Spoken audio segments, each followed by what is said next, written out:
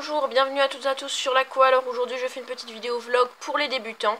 Comme vous savez, ce samedi 18 mars 2017, je vais sortir une vidéo qui va concerner la mise en place d'un aquarium amazonien pour les débutants et pour les non-débutants, mais particulièrement pour les débutants. C'est pour ça que je vais, pour pas que ma vidéo soit trop longue, je vais directement sortir une vidéo sur la filtration, l'éclairage pour les débutants, afin qu'ils puissent déjà être au courant au préalable avant de regarder ma vidéo. Donc j'en ferai part durant cette vidéo afin qu'ils puissent déjà savoir ce qu'est une bonne filtration et un bon éclairage dans un aquarium. Et les bons paramètres, mais ça je l'ai déjà fait. Et la température aussi pour bien se lancer au niveau de l'aquariophilie. Donc je vous propose de commencer concernant la filtration. Comme vous voyez, moi j'ai mon filtre, hein. Bon, malheureusement ces ventouses ne collent plus, c'est un tétra. Donc tout aquarium doit être équipé d'un filtre. Le filtre, contrairement à ce que pensent les débutants, c'est pas simplement quelque chose qui va servir à enlever les particules dans votre eau.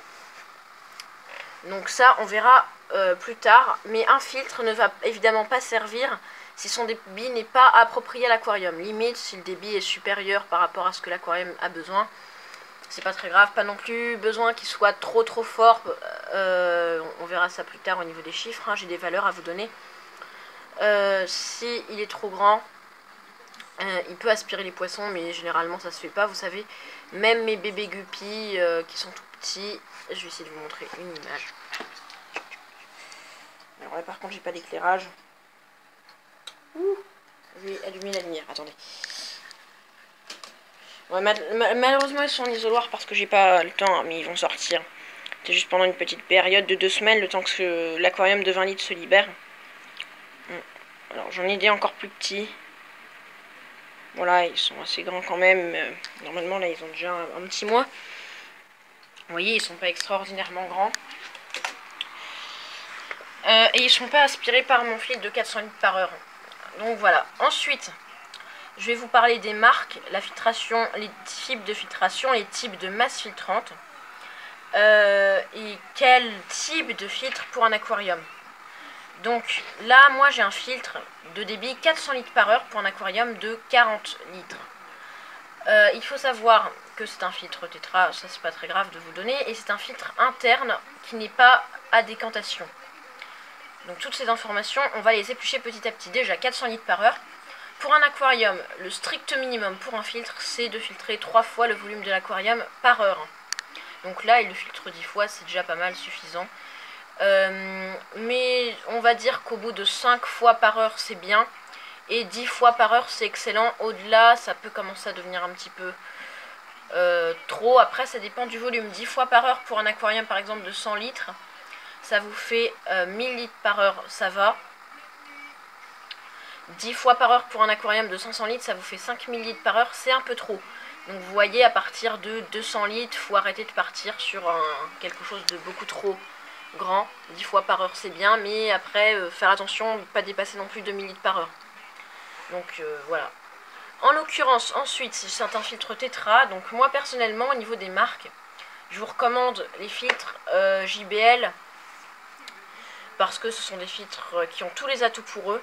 On a la possibilité de mettre beaucoup de masse filtrante à l'intérieur. Ils sont très fiables. Après aussi, il y a les filtres Biobox, hein, donc de la marque Aqua Atlantis, qui sont très bien. Donc j'en ai un moi-même. Donc il n'y a pas vraiment de différence par rapport au truc JBL. Mais à part qu'ils prennent un petit peu plus de place. Donc ça c'est l'inconvénient. Au niveau des attaches, il n'a pas de ventouse comme les JBL, donc c'est aussi un avantage. Enfin, un avantage, mais par rapport au JBL, c'est bien, ça reste pareil. Et le dernier avantage de l'Aqua Atlantis par rapport au JBL, c'est qu'il y a quand même la possibilité de mettre le chauffage à l'intérieur. Ce qui permet quand même, entre autres, de faire une meilleure circulation de la température. Alors, ensuite, il faut savoir que le filtre, ce n'est pas quelque chose qui va servir, comme j'ai dit, avec les petites mousses à l'intérieur, à tout simplement enlever les impuretés de votre eau. J'avais fait une vidéo sur le cycle de l'azote, donc je ne vais pas vous demander d'aller la revoir alors que ça me prendrait très peu de temps de vous expliquer ce que c'est. Ça va être la dégradation d'un composé azoté. Donc un composé azoté, c'est un élément vivant, donc pas vos poissons vivants évidemment, mais par exemple un poisson mort, des excréments, des restes de nourriture ou des plantes mortes. Ce sont des composés azotés. Et ces composés azotés, dans une eau d'aquarium qui est dans un aquarium stabilisé, donc avec un bon filtre, ils vont pas rester à l'état de matière. Enfin, oula, elle fait sa mue là-bas. Ah non. Non, rien, j'ai des crevettes d'Amano. Bon, je sais, j'ai aussi des néons dedans, mais ils vont se déplacer dans l'Amazonien que je vais mettre en eau samedi.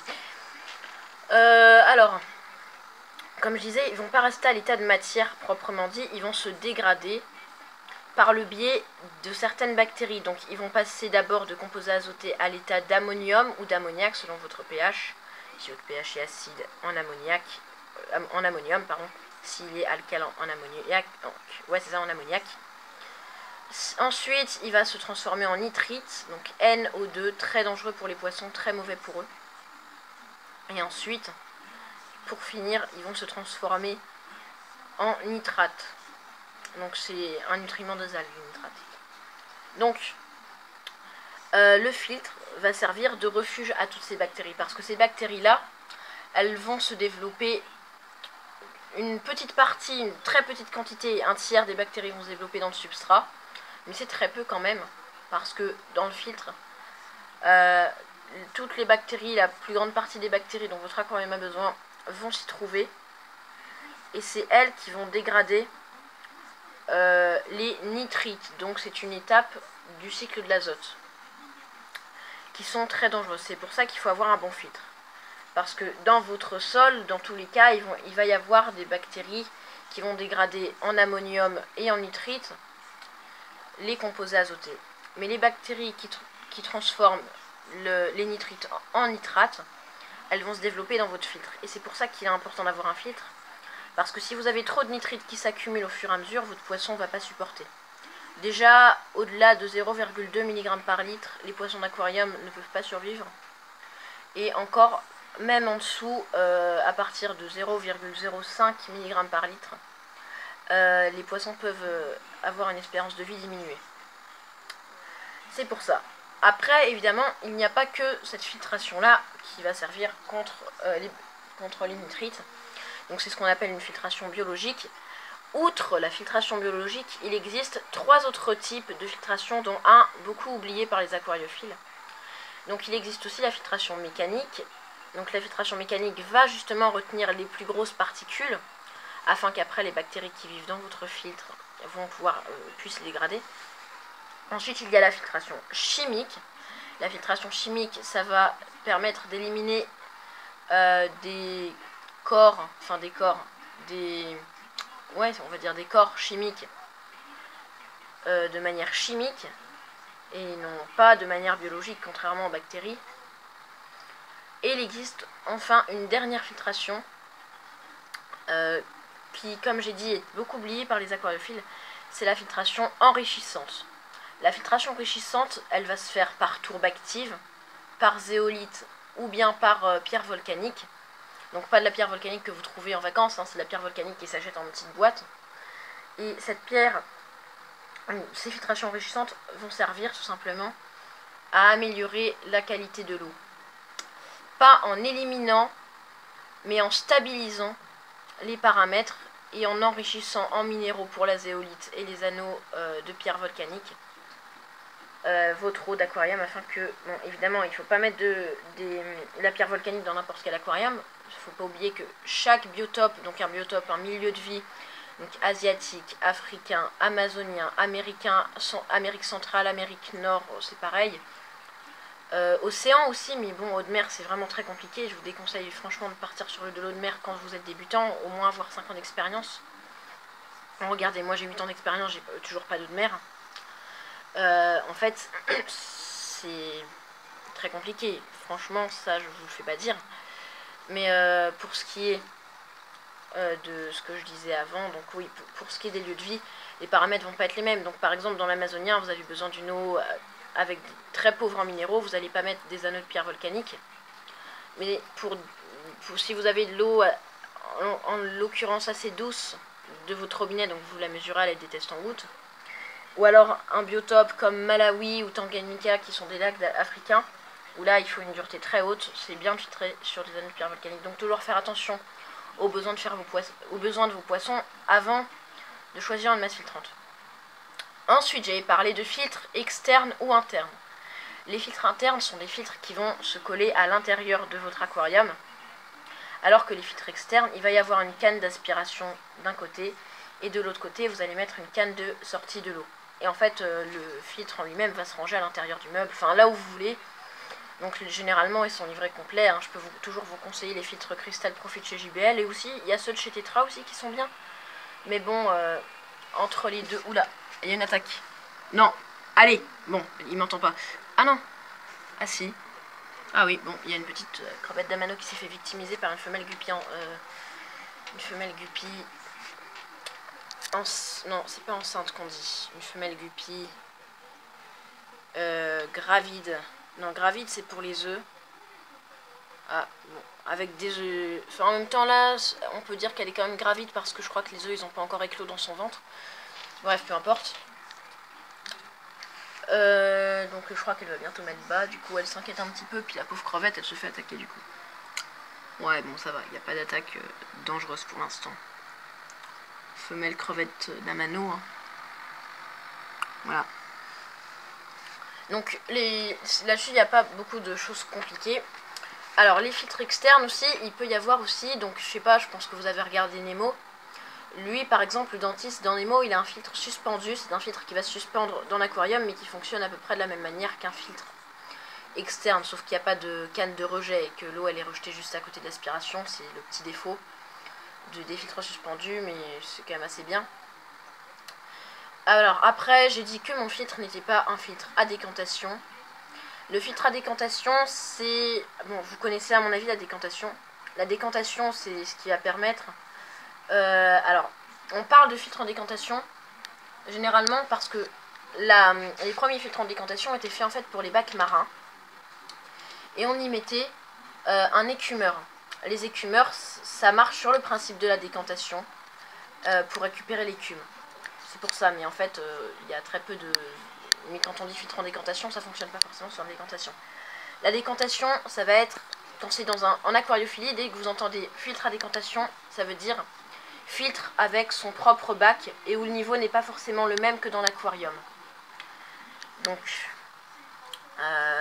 un biobox par exemple, le niveau dans le local de la pompe va être très bas, alors que dans les masses filtrantes ça va être comme dans l'aquarium, alors que dans la cuve de chauffage ça va être plus haut que l'aquarium normalement. Enfin non, plutôt à peu près la même taille aussi. Bref, vous voyez. Ensuite là j'ai un filtre à système Venturi, même s'il n'y a pas le tuyau qui est mis en place parce que j'ai déjà un bulleur à gauche tout au fond, là-bas, j'ai des bulles, hein, vous pouvez voir. Donc en fait le système Venturi c'est peut-être la dernière information au niveau du filtre, ça va concerner que les personnes pour le filtre interne, mais après ça peut aussi concerner au niveau du filtre externe en fonction du positionnement de votre canne de rejet. Un filtre avec système Venturi, c'est un filtre avec une petite sortie vers le haut avec un petit tuyau d'air qui va permettre d'oxygéner l'eau à sa sortie. Pour oxygéner l'eau avec un filtre externe, vous avez une canne de rejet normalement. Il va falloir tout simplement créer un remous de surface avec cette canne de rejet. De plus, l'avantage c'est que ça peut éviter d'avoir de la cyanobactérie. Donc la cyanobactérie c'est une bactérie qui se développe un petit peu comme une algue. Donc vous la connaissez peut-être mieux sous le nom d'algue bleue, mais en vrai c'est pas une algue. Franchement, voilà. À ce niveau-là, cyanobactérie, tout ça, ça peut être un avantage. Après, si vous avez un aquarium planté, contrairement au mien, faut laisser les plantes capter le CO2 qu'il y a dans l'eau. Sinon, vous allez gâcher tout le CO2 qu'il y a dans votre eau. Donc voilà, un peu dommage. Parce que le CO2, en fait, on peut l'injecter sous forme de CO2 dans... Oui, enfin, le CO2 sous forme de CO2, ça ne devrait pas vous étonner. Vous pouvez l'injecter dans votre eau avec des petits kits CO2. Et ça peut être dommage, évidemment, si votre kit CO2 sert à rien et que vous avez une forte oxygénation. Donc c'est pour ça que toujours réfléchir avant de faire un remous de surface. Donc je pense vous avoir donné toutes les informations les plus importantes concernant la filtration. J'ai pas nourri mes crevettes. Et bah écoutez, si vous avez des questions, n'hésitez pas à me le dire dans les commentaires. Par contre, j'ai une petite annonce à vous faire qui ne va pas concerner ma chaîne YouTube cette fois-ci. Je viens de tourner une vidéo et j'ai oublié. Alors attendez, c'est quoi qu'il faut? C'est le nouveau Playco. Le nouveau Playco. Non, c'est le nouveau Proud. C'est le nouveau Proud. Voilà.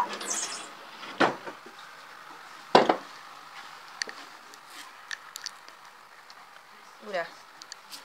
Voilà, donc concernant l'annonce que j'avais offert, c'est une... Je sais pas si elle est abonnée en fait, j'en sais rien. Bah en tout cas, ça change pas grand chose. Voilà. Donc en fait, c'est quelqu'un qui m'a parlé sur ma chaîne et qui voulait collaborer avec moi et d'ailleurs mon collaborateur, les aquariums de Lucas. Le seul problème, c'est qu'on pouvait pas parce qu'évidemment, elle faisait pas des vidéos que sur les poissons, contrairement à nous. Donc au niveau du sens de la collaboration, ça n'aurait pas trop de sens. Mais comme elle recherche un collaborateur ou une collaboratrice, moi et Lucas, on voulait vous parler un petit peu d'elle. Dites-moi dans les commentaires si ça vous intéresserait de collaborer avec... Alors sa chaîne, elle s'appelle Animaux Soso. Donc en fait, c'est une chaîne dont le thème va être un petit peu réparti, plutôt sur les animaux de compagnie.